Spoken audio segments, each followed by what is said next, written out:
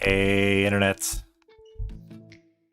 This is Nate, and welcome to the 2022 Swarm Survivor Awards, aka the greatest PowerPoint presentation you've ever seen. We're going to do a whole bunch of awards, but before we jump into that, some preface. So, Swarm Survival genre really got kicked off with Vampire Survivors. That's why we're talking about Vampire Survivors-like games. This year I played 20 different Swarm Survivors, which is, first off, an incredibly nice round number. Bio Prototype coming in solid to bring us up to 20. Yeah, no cam tonight. We're just gonna go. I don't want to distract from the amazing PowerPoint that we have in store for us. And not all these games have been played equally, right? So Vampire Survivors being the obvious time sink for me this year. But I mean, some of the games I played for 20 hours, some of them I played for 50 hours, Vampire Survivors I played for 1,000 hours, and then some only got like a few hours. So keep that in mind as I go through this, that this is biased, and it's biased not only based on my personal preferences, but it's also biased based on how long I played some of these games. So I tried to do my best to be objective, but you know what, whatever. It's my channel, I can do what I want. So let's jump into it.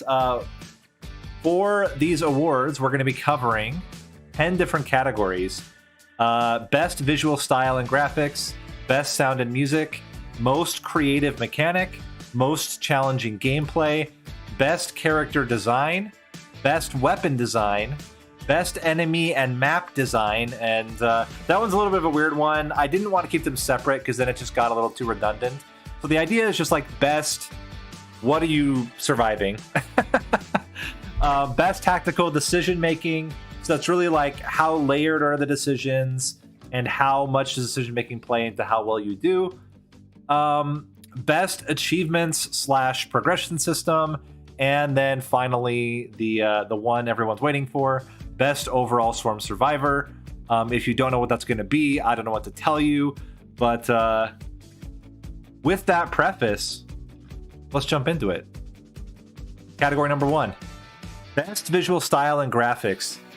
So visual style and graphics have not necessarily been the strong suit of the Swarm Survival genre. A lot of the games definitely went, I would say, more into that like pixel flash gamey aesthetic. However, there are a few standouts that I think went above and beyond to give us a really good presentation in addition to the gameplay of a Swarm Survival. We're going to start with some honorable mentions. Army of Ruin. I think Army of Ruin best described as what if Vampire Survivors had 3D graphics and and then a lot of the same. but Army of Ruin I actually think looks really visually pleasing. It's got that aesthetic of like a Magicka game. One of the better looking, just straightforward 3D graphic styles out of all of the games on the list, and for that reason gets an honorable mention. HoloCure. HoloCure being the only free game in the list, but also HoloCure, while it does kind of adhere to that pixel old school style that a lot of the genre kind of does, what sets HoloCure apart is the fact that it has really good animations for the first, and then a lot of the design work has roots in the whole HoloLive entertainment world, and I think it does it a lot of justice. Now, as someone that's not a huge HoloLive person, even I can appreciate how much work went into kind of bringing to life a lot of the lore and a lot of the characters that are in that kind of whole content creation universe, and in general just really cute looking style. Soulstone Survivors, similar to Army of Ruin, taking a little bit of a leap forward in terms of 3D characters, 3D environments, rather than just taking that pixel art style. And a lot of really flashy effects, a lot of really flashy kind of like map and enemy design as well. And then our last honorable mention will be Vampire Survivors itself, which, I mean, if you go back to Vampire Survivors as it was released at the beginning, well, really at the end of 2021, truth be told, it wasn't that good looking. And I think the visual style of the first few maps of Vampire Survivors can be a turnoff to a lot of people. But that's not how it stayed. And I think if you look at the character design, the weapon animations, the newer maps, that's when it really starts to shine. Especially if you consider, again, how it was when it first launched. And so for that reason, I think it also deserves an honorable mention. But one game, in my opinion, stands above the rest in terms of visual style. And so, without further ado, the 2022 Swarm Survival Award for Best Visual Style and Graphics goes to Rogue Genesia. Rogue Genesia has that really, really nice kind of Paper Mario or Switch style aesthetic, which suits surprisingly well. I think one of the bigger concerns when I first saw Rogue Genesia is that it would be really, really difficult to kind of see what's going on, which is a big issue with a lot of the Swarm Survivors in general anyway. But Rogue Genesia not only has this really great style, but it actually lends itself to really good visual clarity. So combining just the really strong visual presence, great animations, and visual clarity, I definitely think that Rogue Genesia deserves this award. Next up, Best Sound and Music. So again, similar to graphics, sound and music in these games is kind of hit or miss. For a lot of the Swarm Survivors, it's definitely a secondary thought, and you feel that in the presentation. But there are a few games that really went above, again, in the music and sound department, and I wanted to give them a shout out here. Again, starting with some honorable mentions. So first off, Army of Ruin again. Army of Ruin doesn't have the largest soundtrack, but all the music in it is very, very strong. But in addition to having some really good music, it's actually got some really good sound effects when compared with a lot of the other games in the genre. So like Army of Ruin, you have monster death sounds, you have really good weapon effect sounds, you have really great pickup sounds. And I think that combined with the really strong musical presence of the maps that are there, really, again, kind of pushes it up compared to a lot of the other games in the genre. Next, Spellbook Demon Slayers. Spellbook Demon Slayers is just this weird anomaly for me, because the game is pretty good. But what is just consistently surprising to me is how damn hard the soundtrack goes. If this was just which game has independently the best songs in it, like the Spellbook Demon Slayers may take the award, just because the songs that it has, and there's not that many, but the songs that are in it are all just freaking bangers. They rock so hard, which is so weird to see in this genre. But here we are. Sound design definitely not as good as the music, but the music here is it's just good. It's really, really good. So if you haven't played Spellbook Demon Slayers and you're looking for a Swarm Survivor that has some of the best rock music, this is the one. Best metal rock music.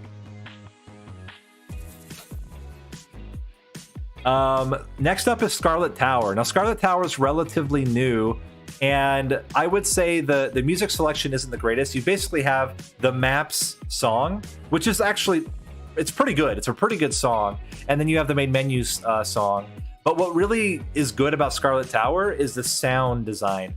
It's got some of the best weapon effects. I love the kind of leveling up sounds. I love the enemy sounds. Like a lot of the sound design is really, really high quality compared to a lot of other games in the Swarm Survivor genre. And so while it doesn't have the biggest catalog of music, the music that it has is really good. And while it doesn't have the best sound design, it doesn't have that many sounds, the sound quality of each of what's in there is already really good. So for that, I'm going to give it an honorable mention. And last is Soulstone Survivors, a game that when it first came out, I would not have put on the list as strong for sound and music. But since its full release and updates since release, I do think that the music and the sound have stepped up quite a lot.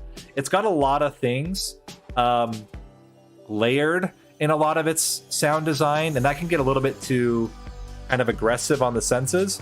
But the music has gotten a lot better, especially on the newer maps. It's gotten a lot better. And I think it's just a really good example of solid music, solid sound design across the board. There's nothing really weak about it. But of course, these are all just our honorable mentions. So without further ado, the award, wrong one, for best sound and music goes to Vampire Survivors. I think this is not a surprise. Vampire Survivors boasts the largest soundtrack out of any of the Swarm Survivor games. And not only that, has like really good sound design, and the music itself, even though it has the largest library, they're all like pretty good, right? They're all pretty good. So yeah, I mean, there are, after 900 hours, 1,000 hours of playing the game, there are some of the songs that are a little bit, I've just heard them a lot. But the fact that every single content update comes with additional music, and all the weapons have unique sound effects, I think Vampire Survivors, apart from all the other trends that it set, really set the trend of these games can have fantastic music and fantastic sound and still, you know, be solid in the gameplay as well. And so for that, we're going to give the award to Vampire Survivors. Next up, most creative mechanic. So this is interesting. I would say a lot of the Swarm Survivors kind of mirror Vampire Survivors quite a lot. There's a lot of homages. You have the garlic of this game, you have the Bible of this game, you have the Rune Tracer of this game, right? So a lot of them borrow from Vampire Survivors in terms of weapon design, characters, maps, and just the general way and style of how you play. And so I wanted to highlight some games that really broke away from kind of the norms of Vampire Survivors and carved their own kind of way to play. Starting with the honorable mentions, Bone Razor Minions. So I think everybody loves doing a nice, you know, summon build in a classic Swarm Survivor. But Bone Razor Minions took that to 11 and said, you know what if all the builds were just summon builds? And I think it makes for a really, really interesting, unique style of playing the game. In that, you know, it's less about you becoming the Bullet Hill, or Bullet Hell, as is the Bullet Hill. I don't know where that came from. It's not you becoming the Bullet Hell. It's your minions becoming the Bullet Hell, or your minions becoming the mass murdering undead.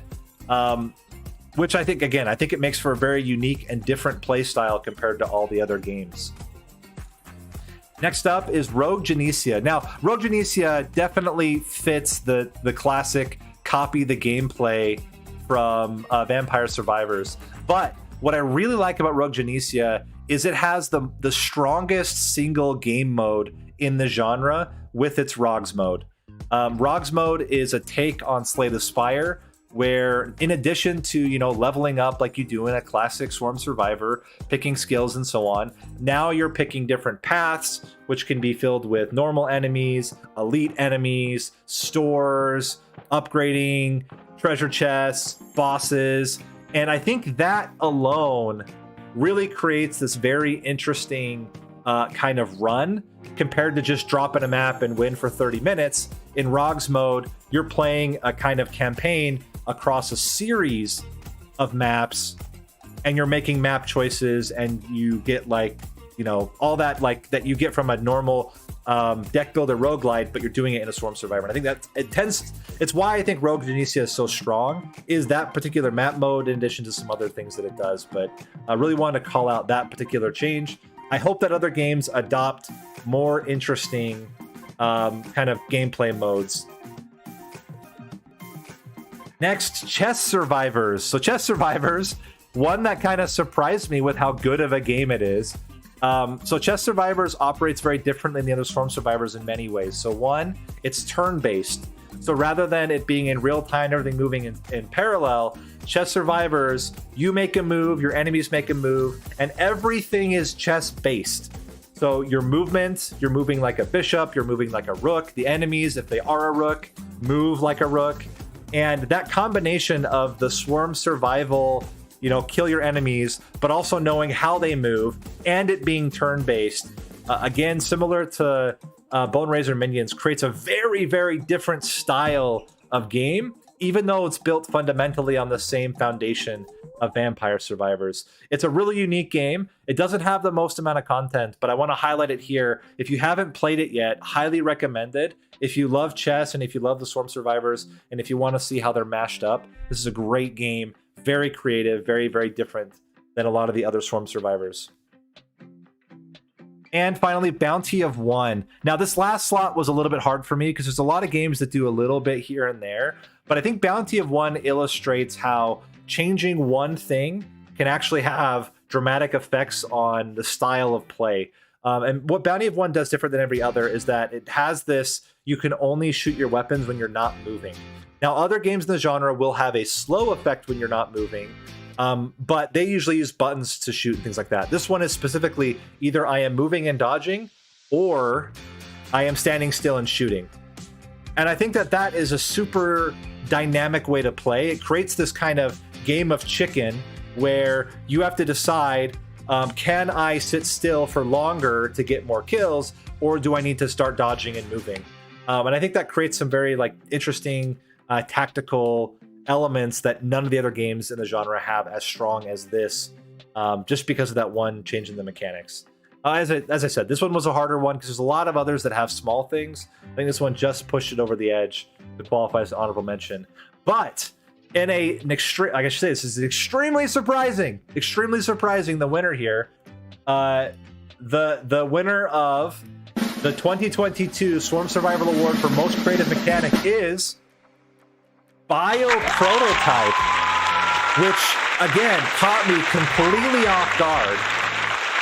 In the last week before I made this, before I set this up, this was not going to win, but hot damn, does this have the coolest weapon design game of all time. If you have not played this game, go play it. It is so interesting and so creative. It doesn't look the best, it doesn't sound the best, but hot damn, the fact that you can build your own weapon by creating this just ridiculous combination is actually insane. Yeah, Bioprototype, again, just completely caught me off guard. I did not expect to like this game as much as I do. It is certainly the most creative kind of take on Swarm Survival so far. Next up, most challenging gameplay. So one thing that Swarm Survivors are known for is beating your ass in the first maps until you grind out enough stats to overcome how difficult they are. I'm going to highlight some games that even when you have grinded out all of the progression and gotten every achievement, can still beat your ass. Starting with the honorable mentions. 20 Minutes Till Dawn. So 20 Minutes Till Dawn, probably out of all of the games, my favorite in terms of just core bullet hell, dodging, and shooting. I think it's the one that I in my opinion, feels the best to play, but it's also challenging as hell. Even when you've unlocked every character, even when you've unlocked every upgrade ability, the game can still beat you down. It is tough, it is difficult, you have to stay on your toes all the way through it, and for me, definitely one of the most challenging and one of the most rewarding games to beat, for sure. Next up, Primal Survivors. This is an interesting one. I will say that the progression right now is a little bit too aggressively good, but ignoring the progression, This game took me a lot of tries to win the first time. A lot more than most do. There's a lot of games where I come in the first try, and because I'm so experienced in Vampire Survivors, I can just win on the first try. Primal Survivors is not one of those. It is very difficult. I will say again, I think you could tweak the progression to be a little bit lighter to make it a little bit harder, but I still think even at like full tilt with a full array of upgrades, it's still pretty difficult. And it's not just difficult at the end, it's difficult throughout. So for me, that's why I brought it in for an honorable mention. Next one, Scarlet Tower. Very similar to Primal Survivors, Scarlet Tower was an elusive win for a long time. Now, there are some broken builds in Scarlet Tower that you can exploit to win, but excluding those specifically broken builds, this game is tough. The bosses are really tough. The final boss is insanely tough. And especially now that it has all of these different ascension modes, it gets even more difficult. And so for that reason, I think it deserves also an honorable mention. And finally, Bounty of One. For a lot of the same reasons I discussed in the kind of creative category, Bounty of One's difficulty comes from its push-pull of deciding when you're going to shoot and when you're going to run. And oftentimes, getting too risky with your shots will get you killed very easily. When you're on full difficulty as well, damn, this game is hard. And for that reason, again, putting it as an honorable mention. But now we got to get to the most challenging game. So, the most challenging game of 2022 of Swarm Survivors is Brotato. Yeah, Brotato is hella difficult. I have not played a game that took me so damn long to beat its Ascension mode after so many tries as Brotato. Now, you might chalk that up to some jank hitboxes or whatever, but the truth is, this game is difficult even on level 1 if you don't know what you're doing. It's got a lot of complex things you have to balance at the same time. It's a resource management compared with, having to upgrade your stuff, getting the right upgrades, getting the right kind of build, building around your character, and all those complexities just make it extremely difficult, even after you've had a lot of experience playing the game. Next up, best character design.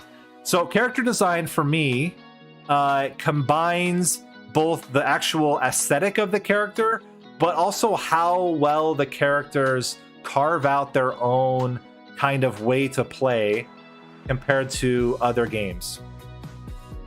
Let's start with the honorable mentions. 20 Minutes Till Dawn. So 20 Minutes Till Dawn has a cast of characters, and what I really like is, one, I think they all have a very distinct visual kind of aesthetic, but their core mechanic really forces you to play them very differently from each other. They get special skills that are unique to them. And I think that makes every time you play a different character feel just a little bit different, which I really, really like. And helps to kind of create a lot of replayability in these Swarm survival games.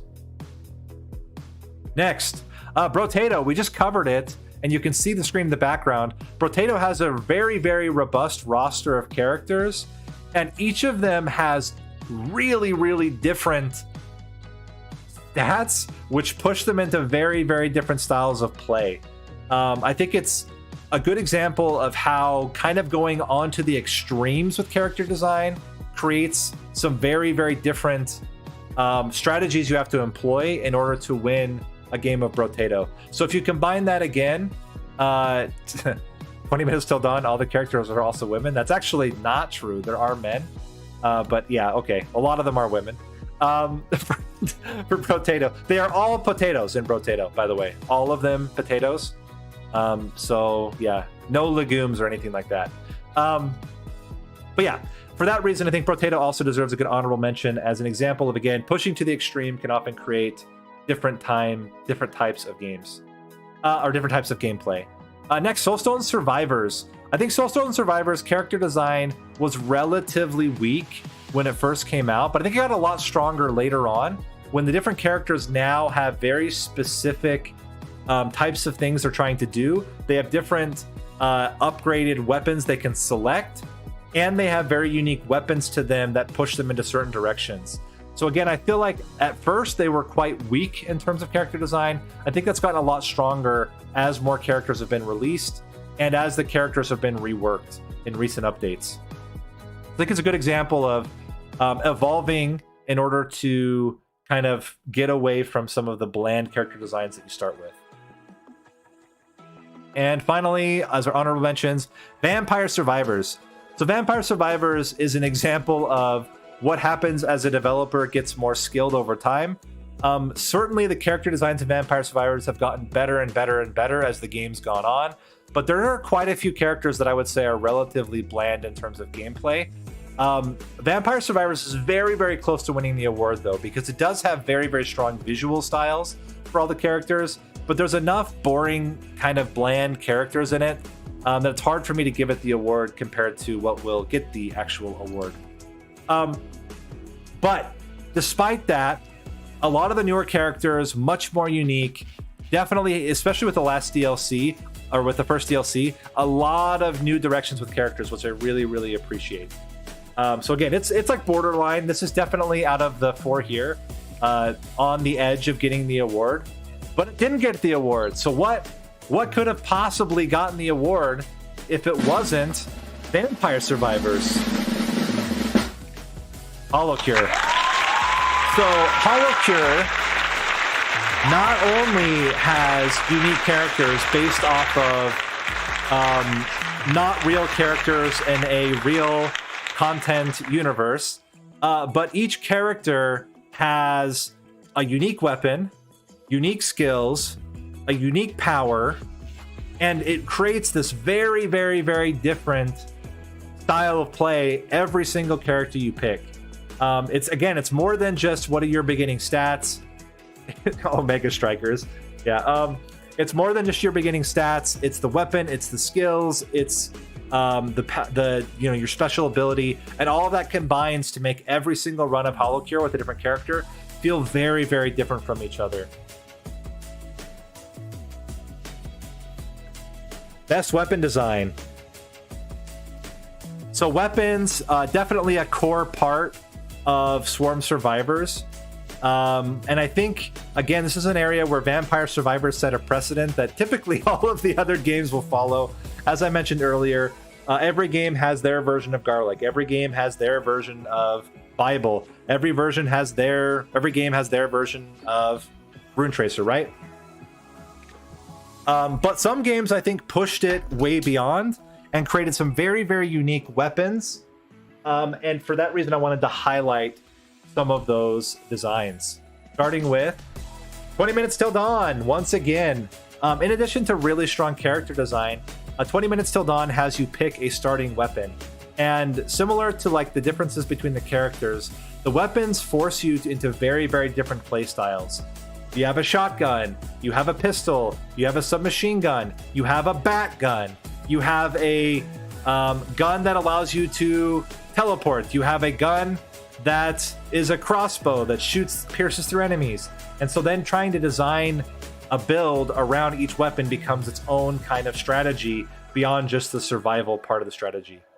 And so for that reason, I think it deserves a strong honorable mention. HoloCure, as mentioned, weapons are unique to every character. That means there's a ton of unique weapons with very, very different abilities. In addition, the weapon evolutions are hilarious, and I think HoloCure capitalizes on the hilarity of all of its references to create some just absolutely batshit style of weapons that are very unique, feel very different, have very unique visual and animation effects. It's pretty good. If you haven't played HoloCure, it is free, and you don't have to know the HoloLive genre. I certainly jumped in without any knowledge. And pretty damn good. Pretty damn good for weapon design, in my opinion. Rogue Genesia. So Rogue Genesia is interesting because it takes a lot of the same designs from Vampire Survivors and just turns them up to 11 in very interesting ways. So there's a lot of like the classic circle stuff. But there's also a weapon that attacks when you dash. There's also weapons that follow and home onto enemies. There's also weapons that attack when you get close to enemies. And they have fantastic animations. And I think that's what, for me, for Rogue Genesia really sets it apart, is the weapon animations are very, very cool. And for that reason, I really, really like how it's been designed. And finally, Soulstone Survivors.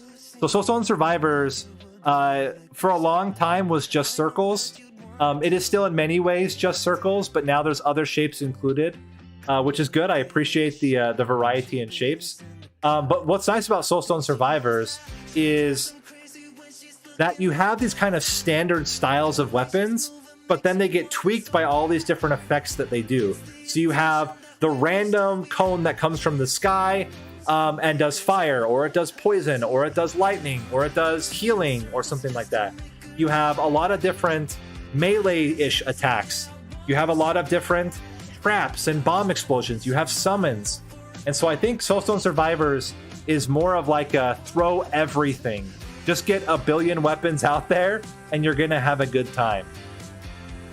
But we've got to pick a champion of them all. And so the award for best weapon design goes to Vampire Survivors. You can't knock the game that set the precedent for every other game. You just can't. Again, every game so far has their version of the Vampire Survivors weapons. And they do that for a reason, because the weapons are very well designed.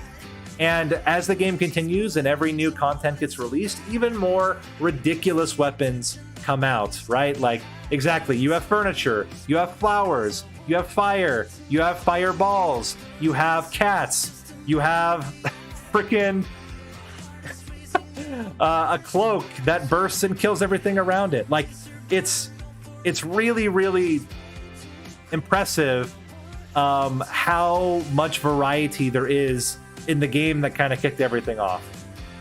And so for that reason, I definitely think Vampire Survivors deserves the Best Weapon Design Award.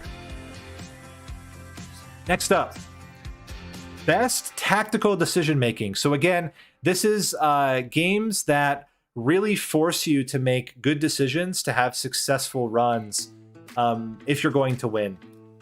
Beyond just like pick good weapon and win, right?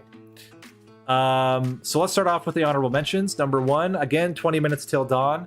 What I really appreciate about 20 Minutes Till Dawn upgrade system is it is kind of like a tree system where you're upgrading into certain paths. It's not perfect. I think there are definitely paths that are generally stronger than others, but 20 Minutes Till Dawn does allow you to kind of make very different styles and different decisions that really affect how your game is going to go, right? Whether you go for summons, whether you go for different energy effect or on-hit effects, whether you go for raw damage, whether you go for speed and evasion, all of those options are there. And for that reason, I'm giving it a shout out as an honorable mention. Next up, Primal Survivors. Primal Survivors, another one that just came out recently. We talked about it a little bit before, but what I really like about Primal Survivors kind of decision making is, again, it's tree based. You're digging deep into a tree, and what happens is the deeper you go into the tree, the more interesting and unique your build gets, right? You start off with just being able to freeze, but then that freeze makes you crit on enemies. But then when you crit on enemies that are frozen, then it causes an explosion. Now those explosions create a giant circle of freeze. Like, it's crazy how they all stack onto each other. So for that reason, I think Primal Survivors definitely deserves a shout out. Rogue Genesia. So Rogue Genesia, unlike a lot of the games in the genre, has a card system.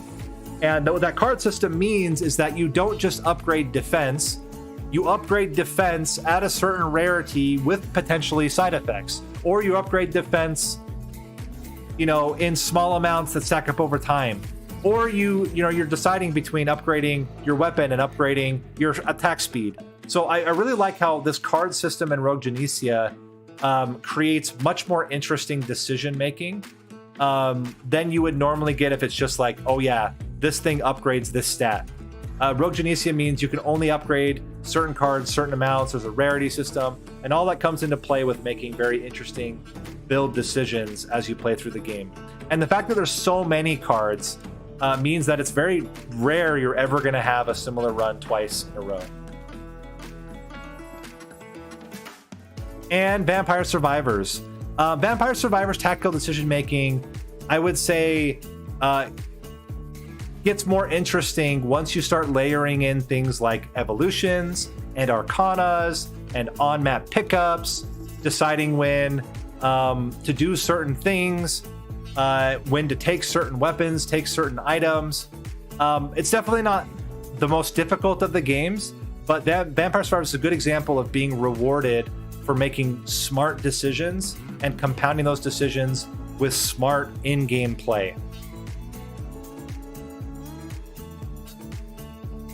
And now, the award for best tactical decision making goes to Brotato.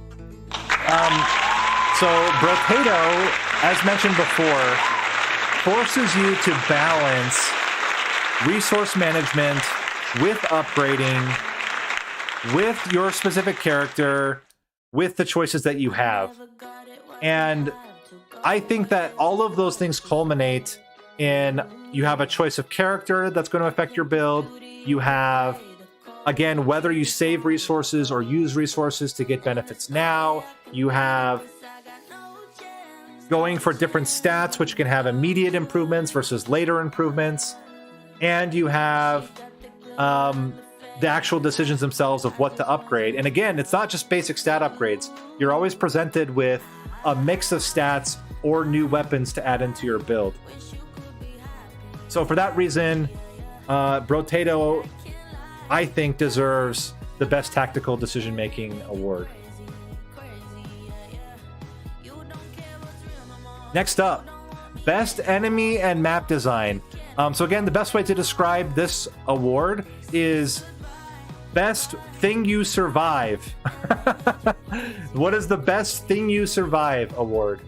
Also, Hilgor, thank you for the super chat.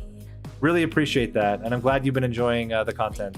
So yeah, I would say this is an area as well, similar to sound design and graphics, that is not the strongest. Enemy and weapon design is typically pretty weak in a lot of the Swarm survivors. So I wanted to highlight here ones that do it quite well and make surviving a little more interesting because of what you're facing. Starting with Army of Ruin. So Army of Ruin, I would say, is a good example of just being very strong in the what are you surviving aspect. In addition to having strong enemy designs visually, it has really quite fun boss fights, I think. And the maps themselves are very interesting. There's a lot of pathing you have to worry about. There's hidden things all over, or not hidden things, but there's things to get all over the place. You're forced to move if you want to get certain rewards. And I think all of that puts together more than just stand still and survive. You're really kind of pushing the envelope of having to move around, utilize the map in some interesting fights with the enemies. Next up is Holocure. Holocure, very, very large variety of enemies that you fight. A lot of different bosses that behave very differently. And quite a few maps, I say quite a few. There's like 3 maps, but I think the maps are very well designed. They look really nice. They feel quite good. But it's really the enemy design for me that really is like very, very strong in Holocure. And for that reason, I think it deserves a strong honorable mention as well. And Spirit Hunters Infinite Horde. Very similar to Army of Ruin, Spirit Hunters does push you to explore the map for a lot of reasons. As well, the enemies are pretty unique, and they do challenge you because they have all different kinds of behaviors and things like that. And for that reason, I think Spirit Hunters, apart from some of its faults, one of the things it does really well is it creates really, really strong map design and really good enemy design in comparison to a lot of the others in the genre. And finally, Swarm Survivors, boasting the most amount of bosses in a Swarm Survivors so far. And those bosses all play very differently, in addition to all the different unique weapon or enemy types. And yes, they throw a lot of damn circles at you. Now they don't just throw circles, they throw some other shapes too, but it's still mostly circles. But also has a lot of different maps now. And some of the newer maps are certainly a lot more interesting than some of the first ones. And so for that reason, I want to give it a nice shout out for its strong Thing You Survive. But the award for greatest Thing You Survive goes to Vampire Survivors. Vampire Survivors has now 12 different maps, each map stronger than the last map. It has a crazy amount of enemy types. It doesn't have the most unique boss fights. It does have a couple that are kind of interesting. But in general, just like boasts an incredible arsenal of shit that you have to survive. And the enemies themselves actually look like pretty cool compared to some of the other games. Is there an Natty Daddy for most misleading title? Jeez, chat, man. Alice, yeah, it does have also the most hilarious bestiary as well.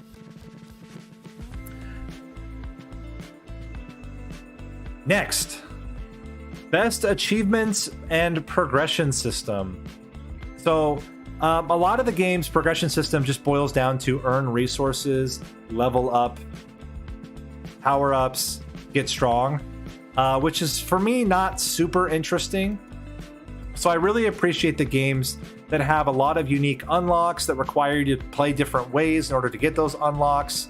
And then those unlocks are more than just like, you know, get a badge, but you get a new weapon, or you get a new character, or you get a new accessory, or something like that. And similarly, progression systems that unlock new mechanics more than just unlocking, you know, the next weapon or the next character. So we'll start with some good honorable mentions. Number 1, Army of Ruin. Surprising the amount of content that there is in Army of Ruin, especially at first glance. Doesn't seem like there would be that much, but damn, there's a lot of weapons and a lot of accessories. There's gameplay mechanics that get opened up. There's maps that get opened up. There's difficulties on those maps that get opened up. I think Army of Ruin is a good example of using challenges and using unique ways to play to force you to get good achievements. Next up, Brotato. Brotato has no power-ups at all. What? A Swarm Survivor with no power-ups? Blasphemy. But what Brotato does have is an insane amount of unlocks between the characters and the weapons and the items. A lot of things you can unlock in Brotato, and they all require you to play very different ways using a variety of characters.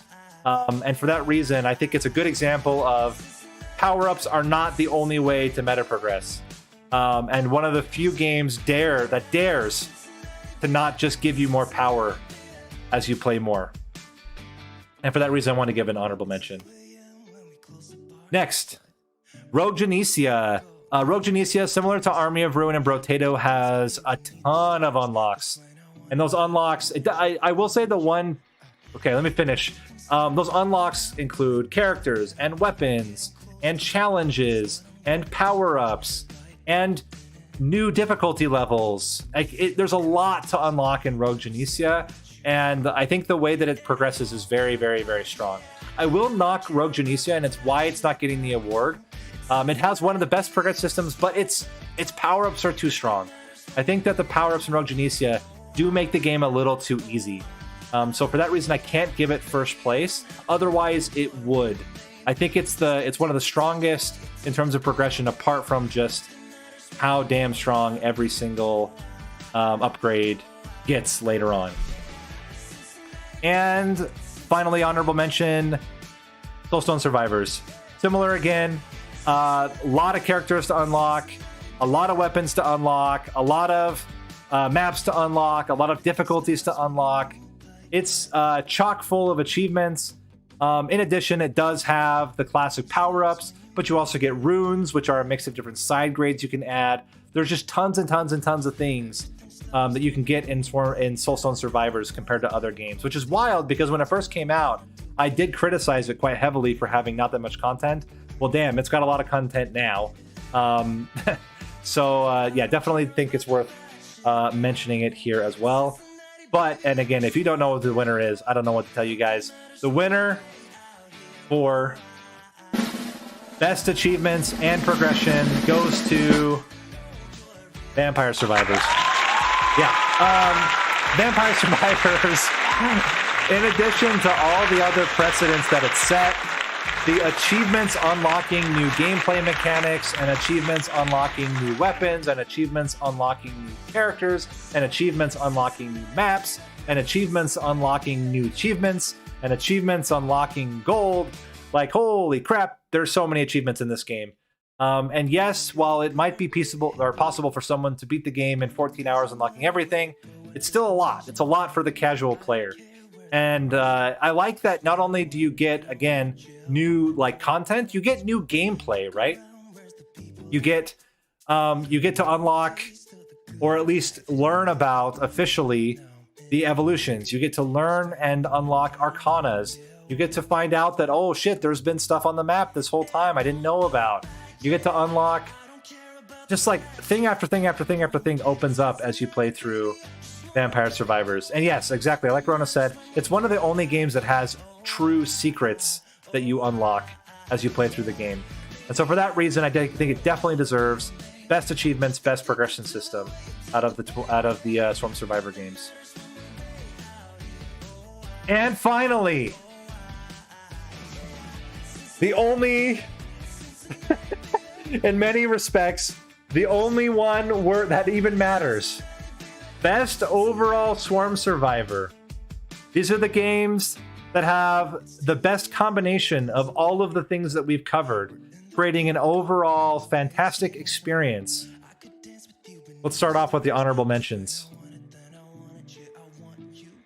Army of Ruin. I think Army of Ruin would not have made this list, but the last couple updates really have pushed the quality of life, and especially the pace of Army of Ruin, which held it back when it first came out. If you skipped Army of Ruin because it looked too slow, then you should come back to it again, because with the hyper mode and with the faster movement speed in general, it feels so much better, and it has such a good visual style. It has great sound and music, and it's, for me, when you take Vampire Survivors and kind of, I would say, put it into a little bit better graphics, but still adhere to the core formula and take advantage of all the things that Vampire Survivors paved, you get Army of Ruin. Very, very strong game. HoloCure. The only, again, free game on the entire list.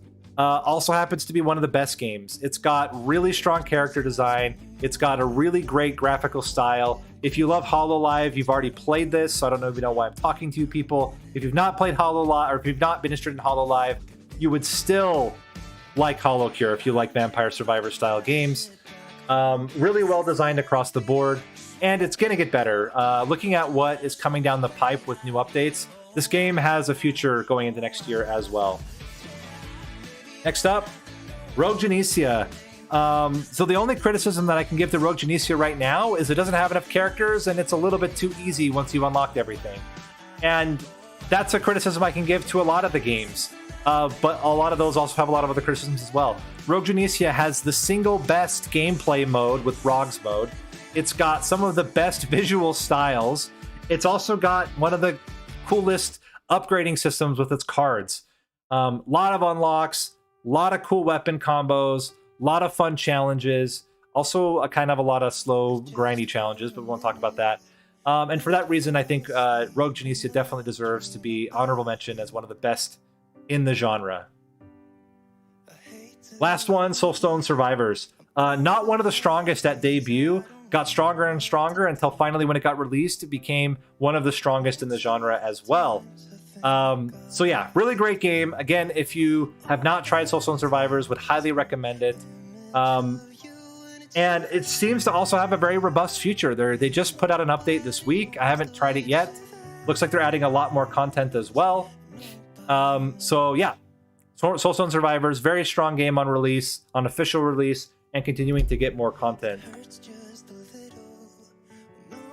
But, and again, if you do not know who the winner is, I, again, don't know what to tell you. The best Vampire Survivors-like game is Vampire Survivors.